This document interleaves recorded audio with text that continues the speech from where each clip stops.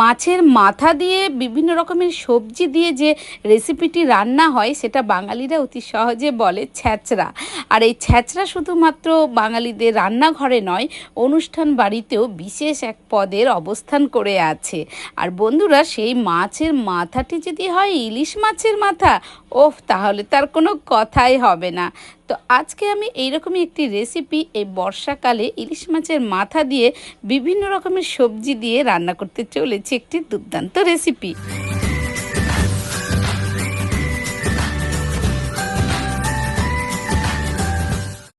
নমস্কার বন্ধুরা, আপনাদের সকলকে স্বাগত এস কুক অ্যান্ড ফুড চ্যানেলে। আজকে একটা নতুন ধরনের রেসিপি নিয়ে আজকে দেখলেন আমার সবজি একদম ঝুড়ি ভর্তি, বিভিন্ন কালারফুল সবজি। সেই কালারফুল সবজিগুলোকে চলুন আগে ভালো করে কেটে নিই।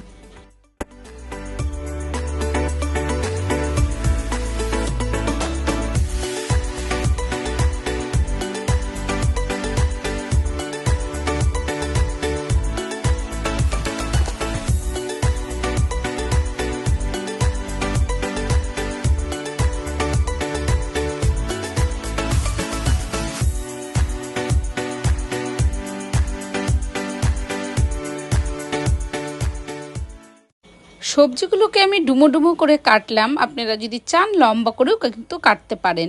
এর মধ্যে পুঁই শাক, বিভিন্ন রকমের ডাঁটা, অনেক কিছু দেওয়া যায়। তো আমার কাছে যা ছিল তাই দিয়েছি। আর এদিকে দেখুন, খুব ছোট্টই একটা মাছ আমাদের আনা হয়েছিল। সেই মাছের মাথাটা দিয়েই রেসিপিটা তৈরি করব। তবে ইলিশ মাছের মাথা তো একটুখানি পড়লেই সবজির স্বাদ বেড়ে যায় কিন্তু দ্বিগুণ। তাই মাছের মাথাটাকে ভালো করে নুন মাখিয়ে এবার ভেজে নেব।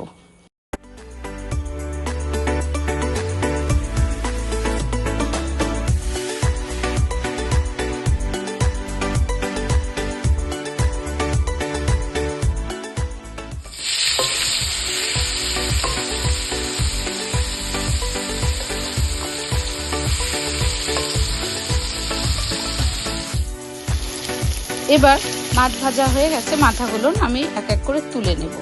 ওই কড়াই তেলের মধ্যে আবার আমি 2 চামচ তেল অ্যাড করেছিলাম, কালো জিরে দিলাম এবং কাঁচা লঙ্কা দিলাম। বিশেষ করে এই সবজিটির, এই রেসিপিটির কিন্তু কোনো মশলা প্রয়োজন হয় না।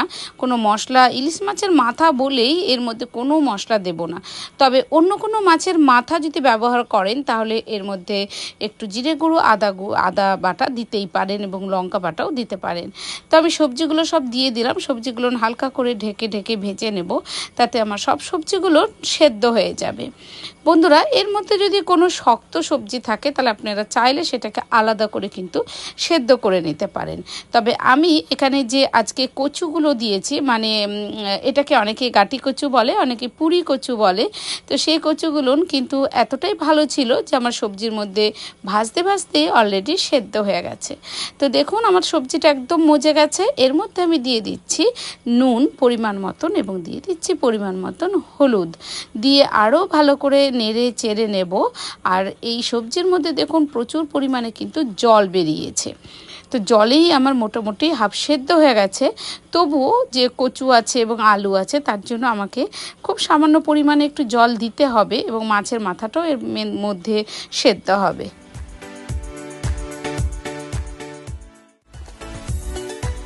তো এখানে আমি খুব সামান্য পরিমাণেই জল দিচ্ছি, কারণ আমার সবজিটা অলরেডি কিন্তু সেদ্ধ হয়ে গেছে। এর মধ্যে ছিল বিট, গাজর, মিষ্টি কুমড়ো, পটল, আলু এবং ছিল ওই যে গাটি কচু বললাম, আর ছিল বেগুন। তো এই সবজিগুলো আমার ঘরে ছিল এবং এই দিয়েই আমি আজকে এই রেসিপিটা বানিয়ে নিলাম।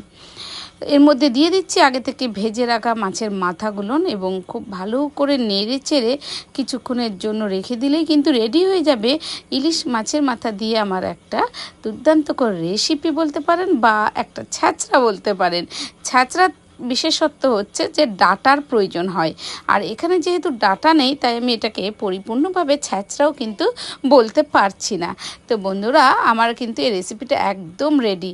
আর এই রেসিপিটা থাকলে, তরকারিটি থাকলে ভাতের সাথে আর অন্য কিছুই লাগে না, এক থালার জায়গায় 2 থালা ভাত খাওয়া যায়।